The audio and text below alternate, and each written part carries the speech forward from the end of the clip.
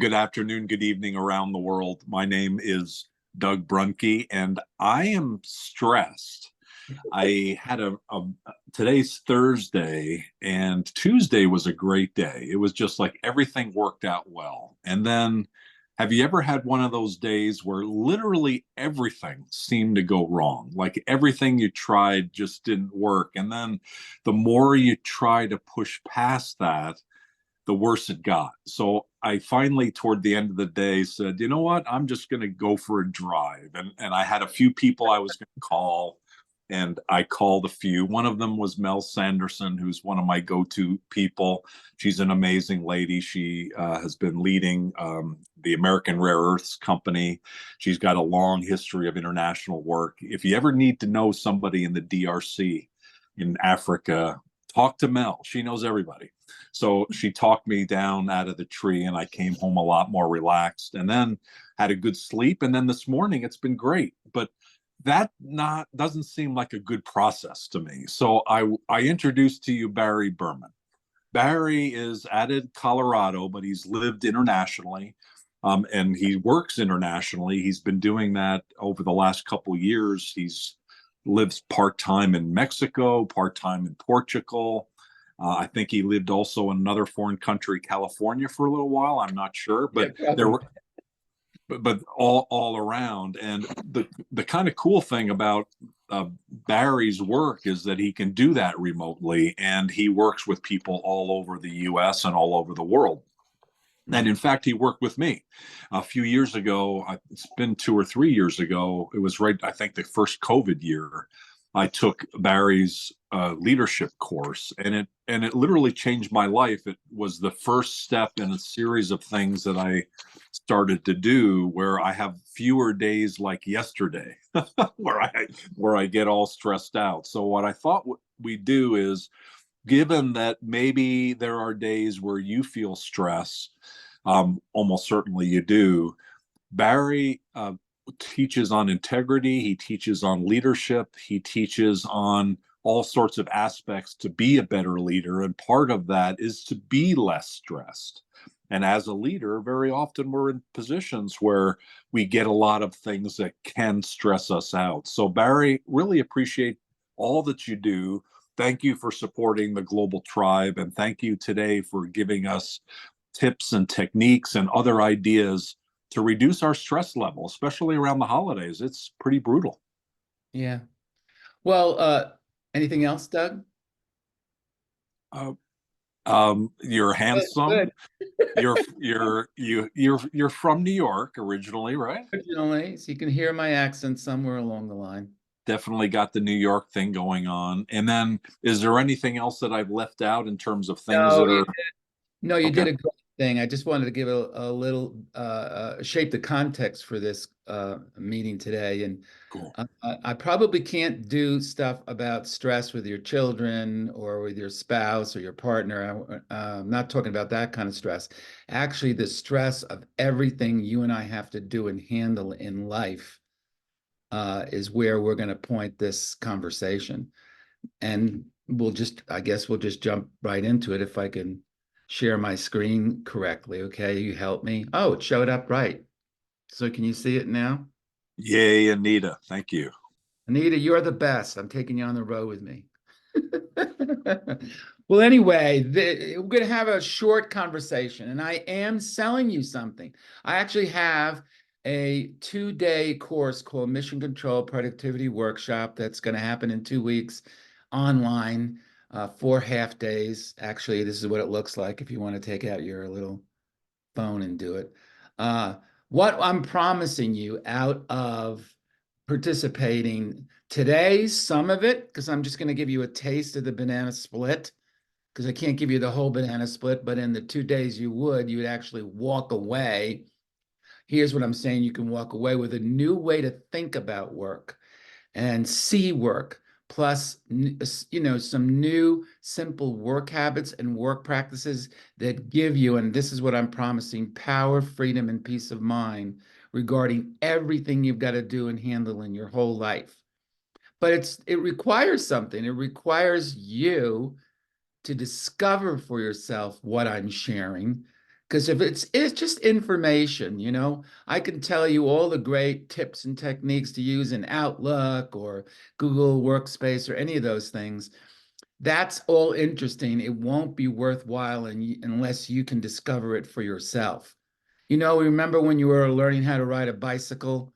You got on the bicycle, your dad or mom was behind you, and they were holding the back of the bike, and you were riding along, and you fell, and you kept falling, and the experience is just falling all the time. And then at some point, you turned around, and your dad or mom wasn't there, and you discovered balance for yourself. And do you notice that that experience of balance is always available to us? So it's kind of a little bit like that of discovering for yourself what we're going to share a little bit about today. So uh, that I'm not kidding, by the way. This course, this practices, this way of thinking works, but you have to practice it. Forget my thing to work here. So this is when the course is. It is on that QR code. I'm actually going to reduce it to $8.95. You can just check the reviewer price if you decide to do this. This is no heavy sale. It's available to you, okay? Well, jumping right in, I don't know about you, but a lot of us have an experience like this, that we have this constant partial attention. And when I say power, freedom, and peace of mind, by the way, I mean the same as focus and energy, focus and attention. Do you know the experience of what it's like to be so fully present and focused with whatever it is you're working on? That's when you and I experience less stress, less overwhelm, more accomplishment, more productivity.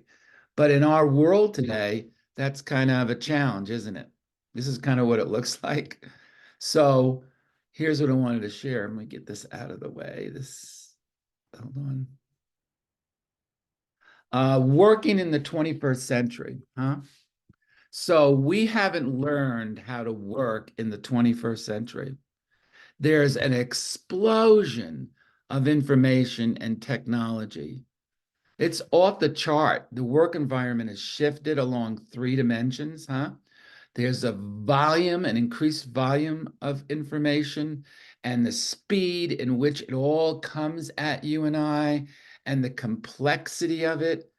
It's information you and I are expected to digest and manage, and it's off the charts. And now we get to deal with AI, huh? I don't know what that's going to look like. All these new technologies are supposed to help us be much more effective and have more of our own personal life and less stress, but it seems to go the other way. So that results in why we're even having this conversation: stress, overwhelm, a sense of too much to do, little satisfaction, huh? Maybe some gratification, but not real satisfaction. Nothing more than keeping the wolf away from the door, and etc. That's been my experience. Thus, you got to work harder, longer, and try to do as much as you can in the day to get an experience of, oh, there's relief. I can relax now. I can be with my family. By the way, there was a time when that wasn't the case.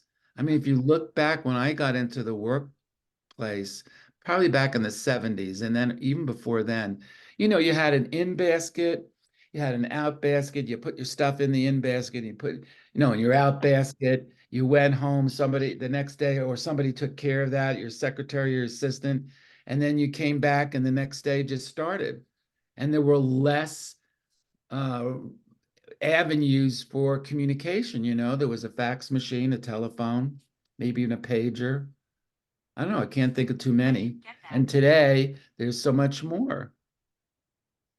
So here's what I'd like to do. I'd like to hear from you.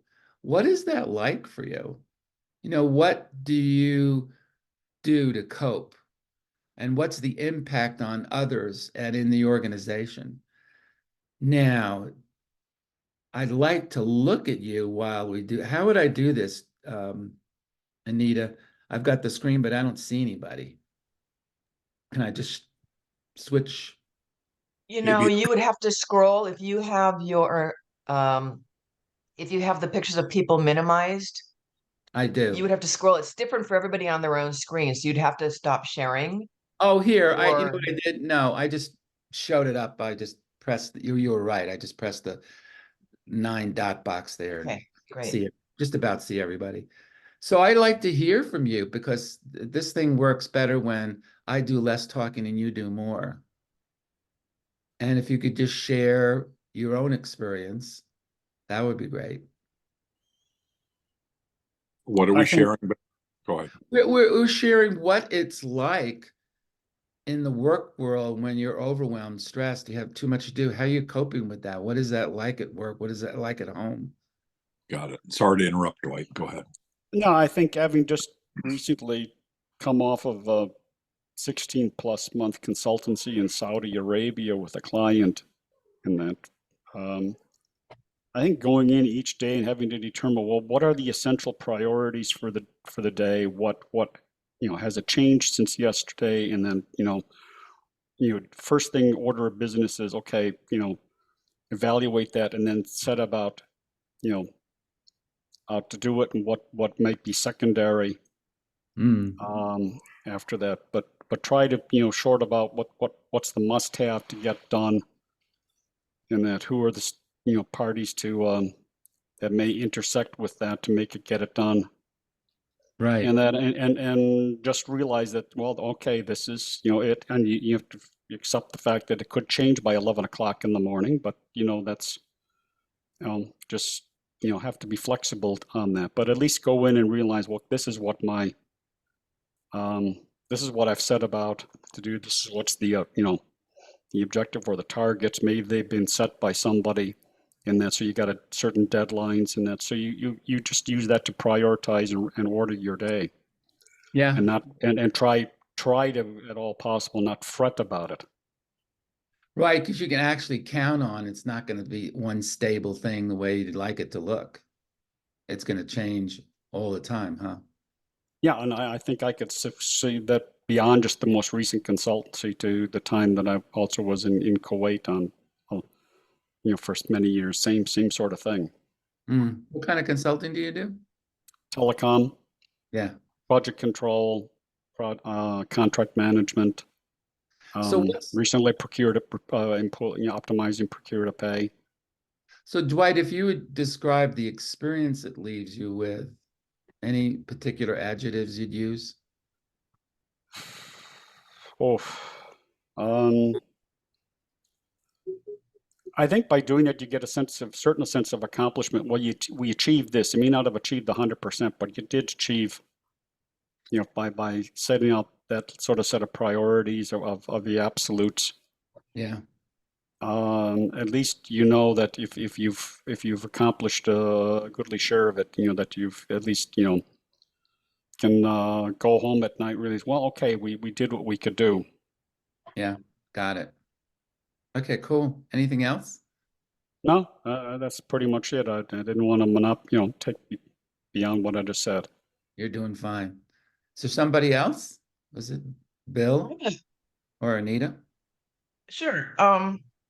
So I've not worked for very large organizations. I've worked for in some corporate, but by design since 2006, I haven't. Because I don't have the patience to, I wouldn't put myself in that position where somebody else is telling me, you got to stay up all night and get this done. But because I work for myself and have individual clients, I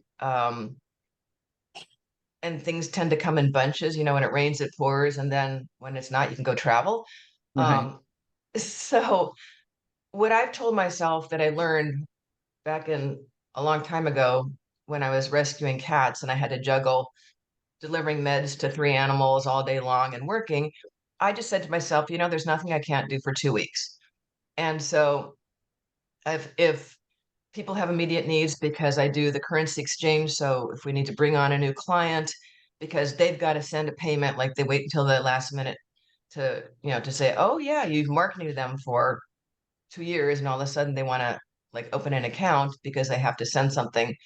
So you've got these tight time limits where you have to count on other people and you have to keep nudging and making sure that they come Yeah. through for you. Or I also do business loans, and it's always hurry up and get it done because we need the funding. So I just say, you know what? If I have to work 24 hours, it's because I choose to. I put it back on me, actually. I made this choice. I remind myself of the payoffs of literally, as we were talking about earlier, working from anywhere in the world whenever I want. Typically, it's a month in Spain in December, not this year, but usually.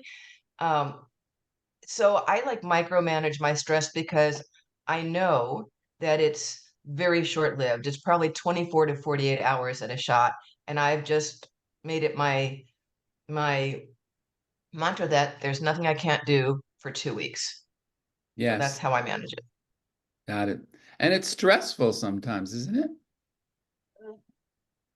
You know, I take cat breaks. It's one of the things I love about working from home.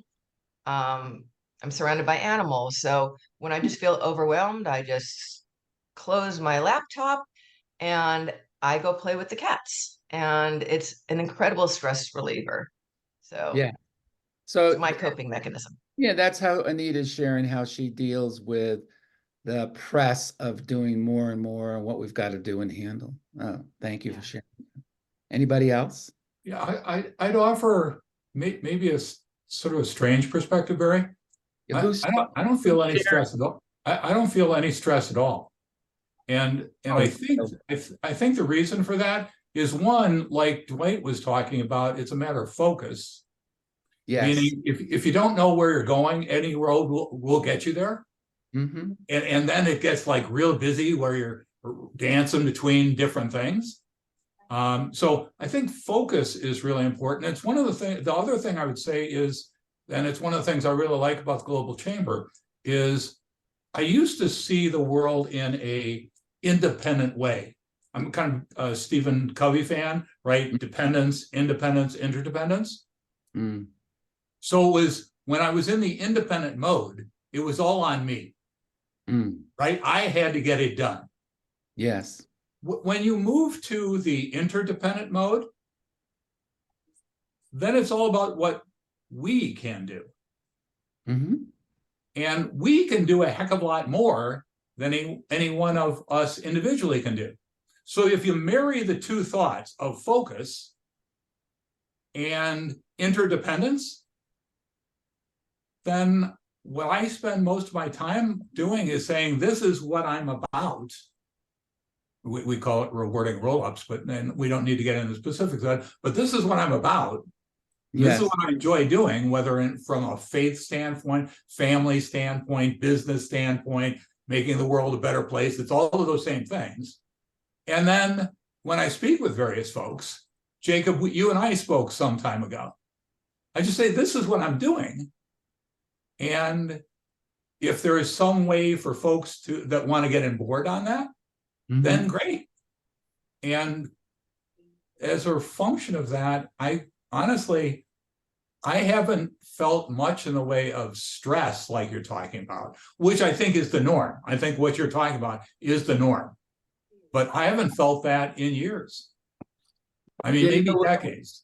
We get, I like how you said it. We get if you go into a nail shop, the nail shops you go in to do your nails. It has don't have a lot of experience with that, but I can envision it. Yeah, and I go in there, I play guitar, so they put got it right. I don't do that either. But there's a certain smell in there, and then after a while, you get comfortable with the smell, and you don't smell it. And if you went down in the sewer, after a while, you would forget you're in a sewer, and you and I cope, and we get comfortable with the familiar, so we don't even feel it anymore. But it's there.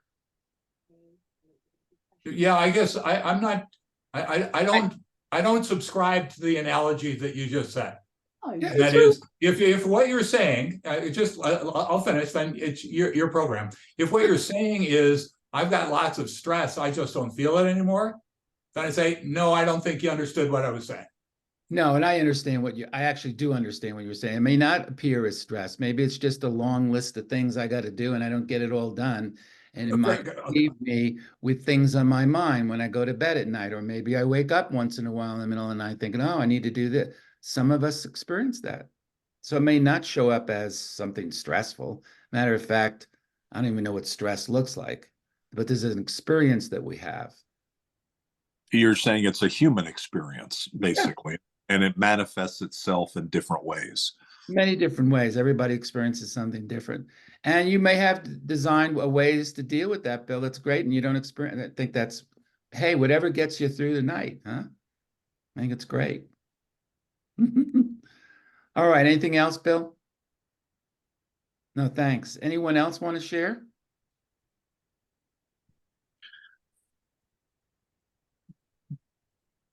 I see some interesting folks, Laura, Ash, and I haven't seen Jen in a while. Good to see you, Jen, and Lakeisha and Susanna. You're speaking next week. Thank you for joining today. And Thomas, I was thinking of you the other day. I hope all is well. Susanna's on a train. Isn't there a movie like that? Susanna on a Train? No, I think it was a different one. That's good. Anybody have any additional comments? Harold? Harold is a world leader in human trafficking, stopping human trafficking. And so he actually endured it. And so, Barry, when you were talking earlier about, like we have the hostage situation in Israel, and the mental strain and stress and trauma that's caused. And that goes to what you were talking about too, right? When you're a hostage or under just a horrific experience, you find a way to cope for the moment, but it still lingers with you and it needs to be worked out. Yeah, and again, I'm not pointing, that's very true. And I know that people are immensely suffering around that. We're oriented this conversation more around all of the stuff you and I've got to do and handle in life, the totality of it. Got it. Sorry to distract. Not a distraction at all. Was there something that I guess somebody disappeared? All right, last call. Anyone else want to share what it's like for them? Laura's raised her hand. Where I don't see. Oh, there you are. Hi, Laura. Hi, Barry. How you doing? I'd rather be in a room with you, sitting here across the table with our cup of coffee and talking, but here we are. I just kind of came in, and I love what you're all saying. And Bill, I love it that you don't feel stressed by everyday things, and it really reminds me that we all have different resilience levels in terms of how we experience stress and what we get stressed with. With my husband Barry, he was in the prison service. He was fine with confrontation, and the same for me. People kind of in my face and everything. But if you talk to me about the tax man and HMRC, I don't have a high resilience of stress there at all whatsoever, and that gets me stressed. So I think it's all, different things that we have this resilience to, based on our experience of life and all that kind of stuff. So that was my 2 penneth there, Barry. All right, great. Where are you calling from? I'm from the UK. I'm in Kent, and it is 4:25, and it's really dark outside. So I'm super cozy with my lovely light on and all that kind of stuff. I actually, an old-time friend lives in Kent, Graham, he's the one who did all the hair products, lives nearby you. I visited there once. I can't remember his last name. Barry, maybe you could comment on something that Laura prompted in her comments. And that is, someone told me long ago that all stress is self-imposed. And I wondered if you might just comment on Yeah, well, you and I and Laura and everybody here would not sit here and go, I'm going to stress myself. We wouldn't do that to ourselves.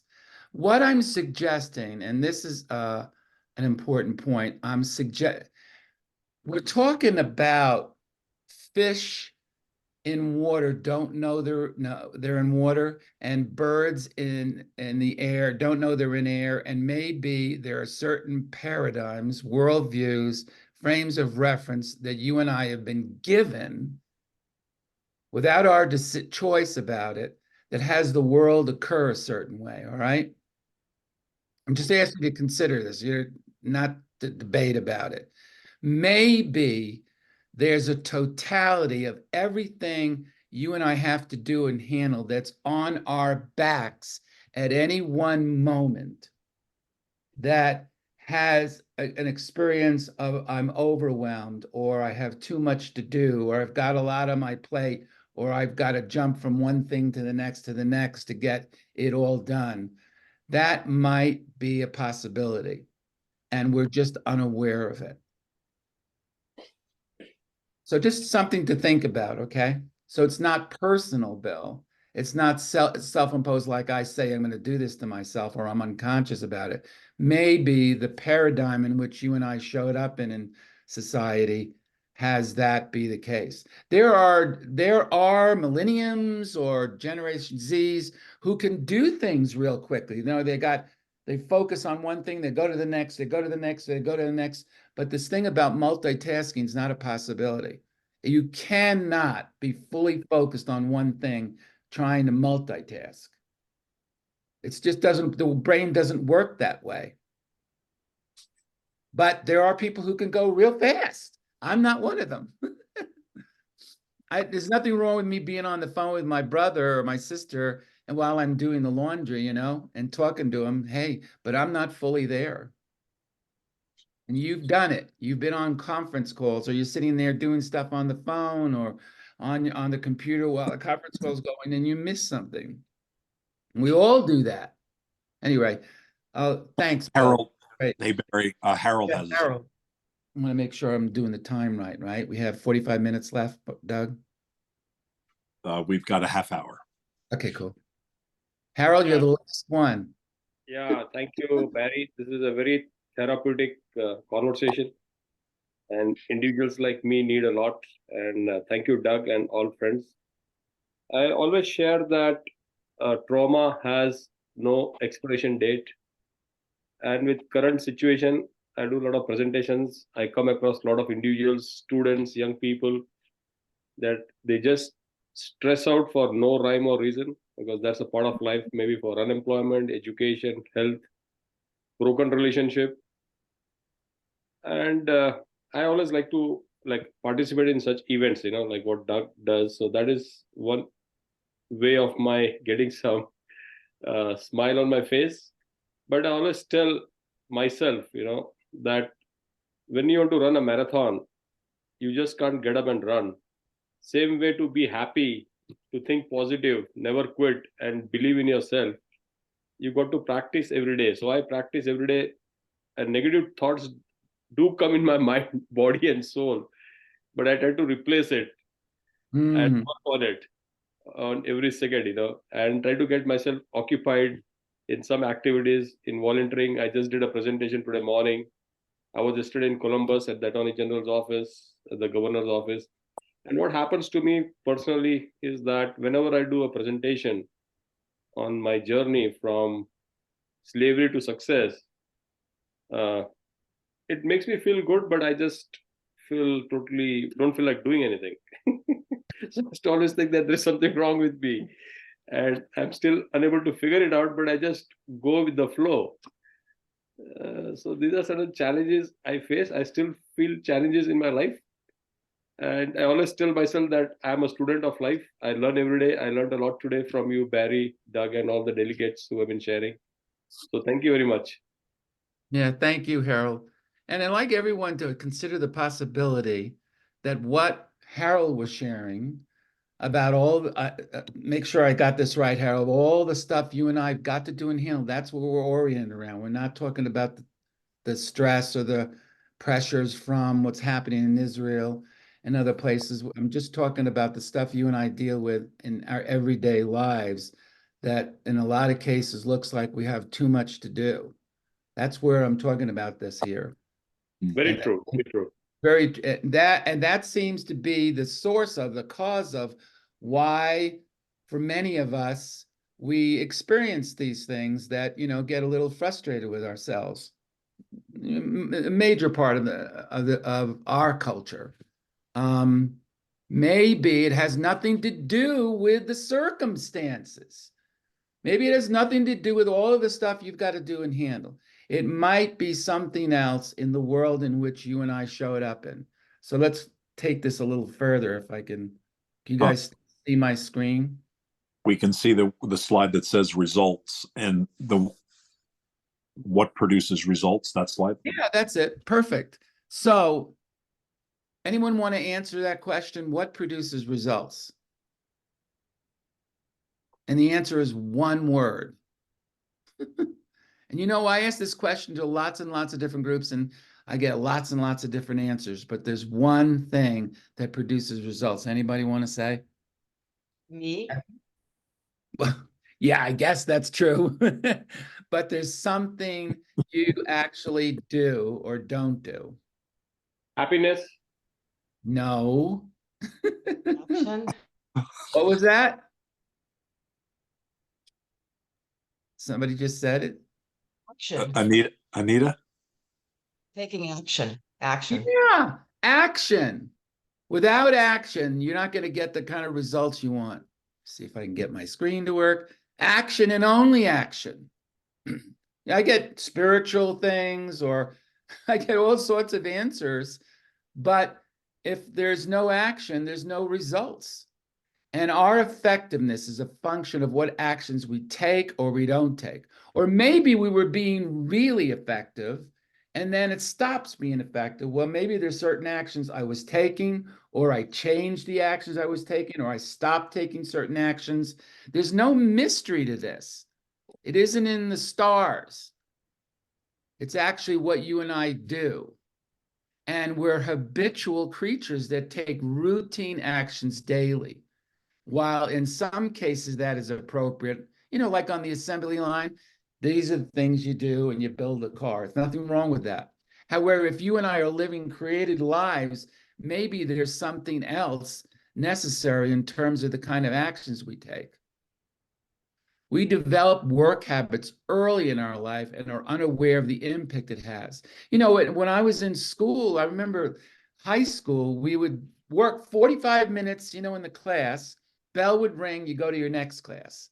So it was like taking a break. And then I found myself today, I'm working fully focused for 45 minutes or so. And then all of a sudden I get up and I go play my guitar.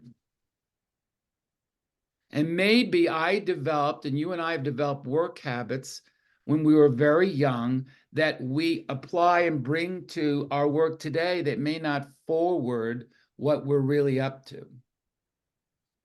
So what is a habit? A reoccurring, often unconscious pattern of behavior that's acquired through frequent repetition. An established disposition of the mind or character, an addiction, especially I wouldn't say we're talking about narcotics, but an addiction. So we take these habits and do these things, and then we wonder, well, why am I not getting the kind of results I'd really like to have? Maybe it has something to do with the habits that you and I have. And there are other kind of habits that we're unaware of that human being takes. So let's take a look at a few of those. One, the habit of leaving things incomplete, which then lingers on our minds. Sprawling things, scraps of paper on your desk, or unorganized books, or things that you said you wanted to do and you didn't get to. There's a whole mountain of things that linger on our minds and on our backs that we just haven't dealt with in any way. And it looks like, wow, there's just so many. I should have cleaned my car. I should have changed the oil. I mean, I can go down a whole list of things that are incomplete for us. And we go around, just accepting it. This is the way life is. And then there's the habit of letting things that need to get done just slide away. When something comes to mind to handle, you just let it slide. Don't some of us do that?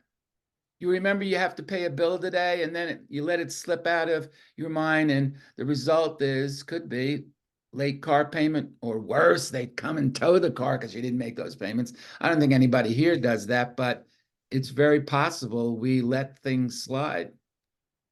Or we also have a habit of how we talk. So first, before anything anybody wants to say about these first two, now I got to put your faces back on the screen here. There you go. Don't you and I do that from time to time when things come to mind? We don't capture it in any way, and it just swings back and comes around again and swings back. That's like opening up all your programs on your computer. What happens to your computer when you open up all your programs, at least on the old computers? It would crash, wouldn't it? Anybody want to say anything about that? If These you're two are talking, too close to home here for sure. anything for anyone? Oh, Okay. somebody was saying something. Go ahead. All right. At any rate. So, and then another one is we also have a habit. Now consider this. I don't have the time to draw this one out of how we talk about what we're dealing with that is unconscious yet impacts the actions that you and I can take. What comes out of our mouth has something to do with the way we see things, our worldview, our frame of reference for things. So I'm going to give you an example. Does everybody have a piece of paper there? In front of you. All right, I'd like you to try this example. You guys have seen this. You may already know the answer with it. You don't have to say anything to everybody. Let them find it out for themselves. Just draw these little 9 dots, right, on a piece of paper, and then connect the 9 dots by drawing 4 straight lines without lifting your pencil. You guys still see it? Because I put the screen back up for me. Yep. Yeah, it's up, Barry. Okay, cool. 9 dots. Yeah, 4 now lines. you got to connect Without- all of them, but you get only 4 straight lines. And you can't lift the pencil off the paper. You have to go ding, ding, ding, however you do it. Has anyone tried that so far? Are you having any success? Anybody able to do it?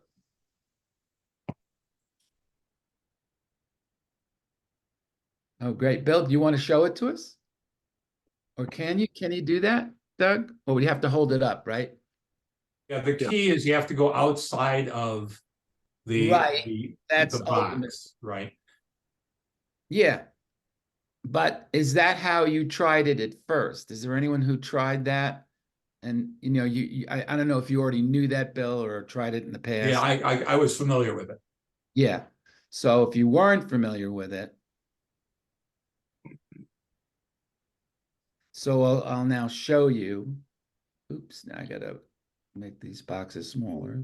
There's one example, and even with a 5-line solution. So what Bill is talking about is outside the box. Now, why, if you and I, when we first tried, maybe the first time you did it, Bill, that didn't show up that way. Maybe some of you tried it and didn't see this. Why was that the case? Because the thinking you and I were bringing to this box was you got to do it inside the box. And you probably even talk to yourself like that. And there was no way that you can accomplish that because of the way you and I speak and listen to ourselves has something to do with the way we would act. We wouldn't act outside the box. For what it's worth, Barry, that's precisely why I see no stress. And that is because, let me finish. I don't seek to answer the problems myself.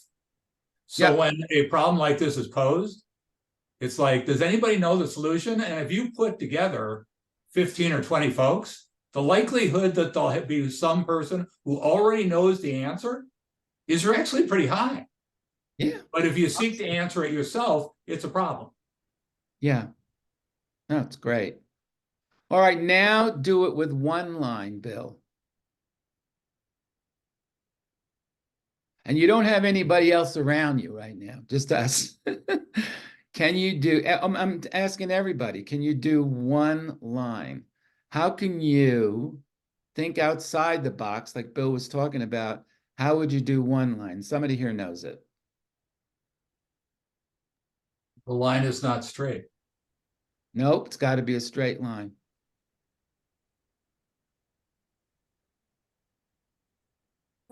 In that diagram for the previous one, it looks like the pencil, you lifted your pencil at some point in time. It doesn't look like you did it without You're lifting the talking pencil. about,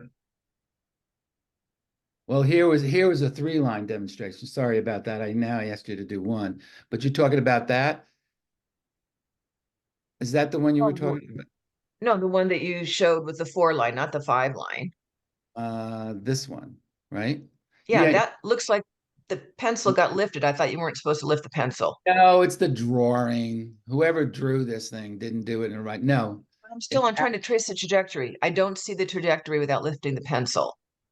Okay, well, if you did try it, you could actually do it. You know, if you actually take the 9 dots and you start at one, start from the top and go across and then go outside the box and go down, you can do that. I see it now. Yeah, I didn't make up this drawing, somebody else did it. I'm glad you noticed that. I didn't see that last time I used it. So did anyone, this was the 3-line example, did anyone succeed doing it with 1 line?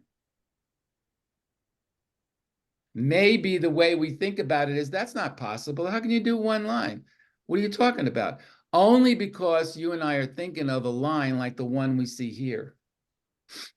You could do it with a very thick magic marker. That's 1 line. Large pencil solution.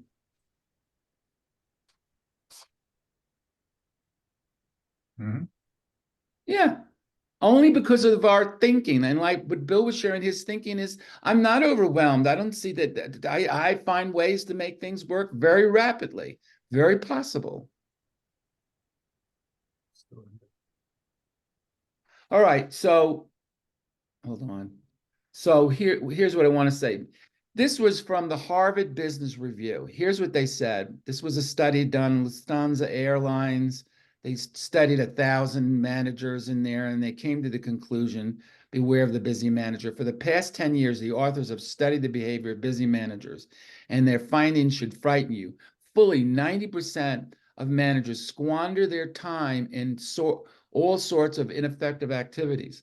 Excuse me. A mere 10% of managers spend their time, whoops, how did that happen? In a committed, purposeful, reflective manner. So if you've got a workforce there, according to this study, maybe 10% of your workforce is really effective as they could be. And effective action relies on a combination of 2 traits. Focus, as Bill was talking about, the ability to zero in on a goal and see the task through to completion. And energy, the vigor that comes from intense personal commitment. Focus without energy devolves into listless execution or leads to burnout. That's what they discovered in there. So what we're promising and what we're doing here is power, freedom, and peace of mind as a result of focus and energy. That's the same thing for me. When you're fully focused with what's in front of you, that's when you're most productive.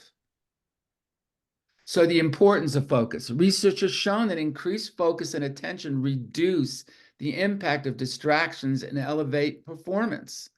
What will allow us to experience a sense of being fully focused and present to what is in front of us? Well, the program I'm talking about is designed to do that. And right in the maelstrom of life coming at you, no matter what's coming at you, you actually, if you practice the practices and the thinking behind it, you experience more sense of freedom to be and freedom to act. So here's the biggest realization you got to get. You got to discover this for yourself. The major realization is you and I are climbing a mountain that has no top to it. Really, the climb is never going to end till they throw us in the ground and throw dirt in our face. That means there's going to be more to do than you and I are ever going to get done. We aren't going to do it all. That's not how you and I live. We live like I can get it all done. But maybe that's not the case. If you look, you really just look, this is a mountain of stuff to do. Okay, if that, consider that as a possibility, then if you can create for yourself that what you have to do and handle, I'm talking about the doing and handle stuff, not your relationship with your children or society. What you've got to actually do and handle is never ending mountain to climb. Then you and I are dealing with reality, the truth.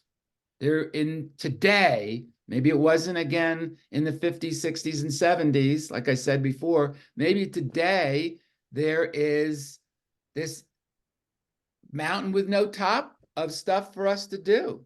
And we keep climbing the mountain. And what else is there to do? Stuff to do. So otherwise, I say you and I are living in a fantasy of arriving someday that it's all going to be handled. Even in the day, it'll be handled. Wow, if I get it all done today, wow, I could sit back and relax now. No, the next breakdown or interference or someone needing something from you or requesting something for you or something surprises you comes along. So the practices, there's just a few practices I mentioned, you can experience some relief from that overwhelm, all right? Better come to the course to get the whole banana split, huh? So several practices that I recommend you do, okay? Carry around a pad to record whatever comes to mind that you need to do, and then empty it at the end of the day. So if you actually carry something and something comes to mind, so then it doesn't rattle in your head. You know, like I said, it goes around and comes out back again. Oh, I need to go do that. I got to pick up the kids from school. Can't forget that. Or I got to pick up the laundry and all that. If you don't get it off your mind and off your back, it keeps coming back. So a pad and just writing those things down. And at the end of the day, maybe, you know, unloading them into your calendar or somewhere where you actually act on it. And then you can rip up that paper because it feels real good. That's one thing I recommend doing. On that point, Barry, Yeah. I was listening to the 100 best Beatles songs over the holiday, and the best song that George Harrison ever wrote was one that he got from advice from both Paul McCartney and John Lennon. They said, if you start a song and you have an idea, don't stop. Just finish it. Just keep going through. And he ended up writing, I think it was Here Comes the Sun. But the one big song he wrote was because of that. And I think a big part on that subject, Paul McCartney is driven to do complete things. And they would, every song they started, they completed. You know, it might take them 2 or 3 hours, but they did. No, brilliant. Anything for anyone else about that? Is anybody doing that practice and they notice a difference for them? Or maybe you haven't been and this is something you're willing to try on? Well, sometimes if there's things I've carried over from day to day, and I do that electronically in my calendar, and I realize that it's something that I thought I really needed to get done. Brilliant. And if I keep moving it like throughout the week, sometimes I'll just sit there and reevaluate and say, you know what? This is something that may need to get done. It might happen, you know, maybe I'm putting it off, but what I'm saying is that I'm actually looking at it and saying it does not need to be done now because clearly I'm not doing it now. You know, there are other things that are more important. So I sort of prioritize it down the road. And then when I do get to it, when I move it, I actually get it done because at that point in time, it was planned and I needed to get it done. Oh, that's so great, Anita. Boy, you should lead the course. You already talked about some of it. My advice is just get yourself some cats or dogs. All right, that's a whole nother story. I was just gonna kind of resonate with what Doug said. Besides, I didn't realize, Doug, that we were both Beatles fans. But Me too. well, there you go. There's like a lot of folks in the world, I guess. The point that I was thinking about though is George spoke with 2 friends and they told him something. Yes. And sometimes I find, Anita, I see you nodding. Sometimes I find that when I have something sort of on my mind, it's useful just to speak with other folks about it. And it oftentimes crystallizes things in my head, or they'll ask me a question for clarification or whether. So I think that human interaction can help hone your thinking perspective. Really brilliant, Bill. And too many times we try to do things ourselves. And Bill's taught using his community, his business community, his friends, colleagues community, really makes a difference because you can't do it on your own. It is the simple, easy explanation of why I think Global Chamber is so good. I know, I love it too. That's why I'm here doing this stuff. It's great. All right, so just a couple of other things. So calendaring, calendar, just like what Anita's doing, everything you have to do with a specific period of time to do it. If it's not in your calendar, the likelihood of you doing it probably is not very high. Because if it's on your mind, the way our minds work, things just disappear very fast. Did you notice that? You know, you're walking along and there's something that's important, you need to do it or you want to do it, and you don't capture it on your pad, it disappears very fast. I have stories about some of the amazing stuff for musicians and things that if they hadn't written it down on their, you know, in their music sheets, they would, the greatest songs wouldn't have been, we wouldn't have gotten the greatest songs to experience. So you plan out how long it's going to take to produce that outcome and schedule enough periods of time to do it. Then it's kind of off your back and off your mind. And then just surrender to your calendar. You're the one creating your calendar. You can change it anytime you want. That's my way of having things that are incomplete exist for me in my calendar. Without a calendar, I'm useless. And then one other thing here is leave plenty of time between events that you're doing. Because sometimes things, you have emergencies, fires that you have to deal with, or emergencies, you got to move things around. If you leave plenty of time in between events, you find yourself less overwhelmed or less stressed as well. And then I would delete things from your life if you have the courage to do it. You know, that they're not that important to you. Now, look, my father, when he passed away, left me like 50 paintings. I do not have the courage to get rid of his paintings. I'm going to leave that to my children. So I have them stored somewhere. And it's something I'm never going to get to. All right. But there are other things like clothes from the 80s that are wonderful suits from Italy directly that came over that I'm not that thin like I used to be. Well, I'm going to get rid of those things. So I take some of those and I leave them on a bin in Cherry Creek or downtown Denver, and the homeless can get it, or, you know, bring it to one of those agencies. And I start to get rid of stuff that's incomplete. And as I do that, I find more sense of power and effectiveness. Now, listen, the last thing, and I know Doug was talking about it. You want to be a person of your word. You want to be a person of integrity. That's what I call integrity, as being one's word and honoring one's word and delivering on one's word. And when I don't deliver on my word, I, you know, clean it up with the people who were depending on me to be my word. You want to be a person of your word. You've got to operate this way. Because if you drop things out and you don't deliver on what you promised other people, they're going to stop listening to you. And if they stop listening to you and I, then we can't make the kind of contribution and difference we want to make in life, because that's what everybody on here is interested in, is making a difference, you know, in your own life, in your family's life, and in the world. That's why I do this. And I've done very well for the last 20 some odd years. So I think that was the whole thing, Doug, that I wanted to communicate. I think we're on time. I'd love to have you in there. You know, special price. Yes, I'm selling something to you. I'm going to be straight with you, but it works if you actually do the whole thing and you practice it. So I don't have anything else, Doug. I just really appreciate the opportunity of the Global Chamber and you, everybody just showing up and taking their time to interact. You know, Barry, could you just describe what would be the time commitment and what we would gain from the productivity workshop? Yeah, the time commitment is like 8:30 to 1 on 2 days, Thursday and Friday, and then Monday and Tuesday. And what happens in there is We give you a whole new way to think about work. You actually experience it. And then there are practices we're going to work on the last 2 half days that are directly in your calendar. Certain lists that you would use, certain ways that you practice and put things in your calendar. So it's very hands-on. You actually work on it. Thank you. And, yeah. Does that answer all of it? And was there anything else about that?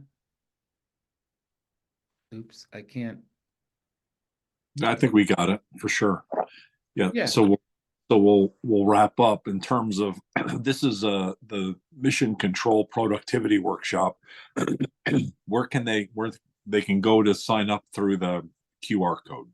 Yeah, that's the And- bottom line. And make sure you do it under the reviewer price so you Yeah. get lower price. And I'm going to honor that for the next 3 days. Okay, so I'm pressuring you to make a decision. I've had the benefit of having a months long course with Barry, and a lot of Barry, what you talked about today of being in the moment and that concept that you talk about that I still don't completely understand, but I know a little bit of how better to deal with it is that situation that we're in that we've convinced ourselves or we don't really even knowledgeable about it. We're not conscious of this paradigm that's been created around us that creates all sorts of issues, including the one we're talking about today. And you're so good at explaining that and getting us to realize that we can not have to carry around this weight, whatever that weight is that we've been carrying around forever. That we've only been doing it because we've just been doing it, and we Right. and maybe we may not even know what we're doing. Brilliantly said. Fish in water and man or woman unto themselves. Huh? Exactly. So thank you for your leadership and the work that you've done with integrity and all of that is so important. And then this is really critically important. So hopefully one or more of you jump in. If you know someone who might be receptive to making a paradigm shift in their own, not just stress, but really what we're talking about is results. At the end of the day is by taking these steps and understanding these paradigms that exist that you can remove yourself from, you can be more effective, have more impact, along with reducing stress and being a lot happier. So Barry, I wish you a very happy Thursday, last day of the month for November. And thank you for keeping it open for a few more days for everybody to sign up. You're very welcome. It's an honor to work with you guys. Thanks, Barry. Thank Take you. care. Thank Bye. you very much. Cheers. Bye.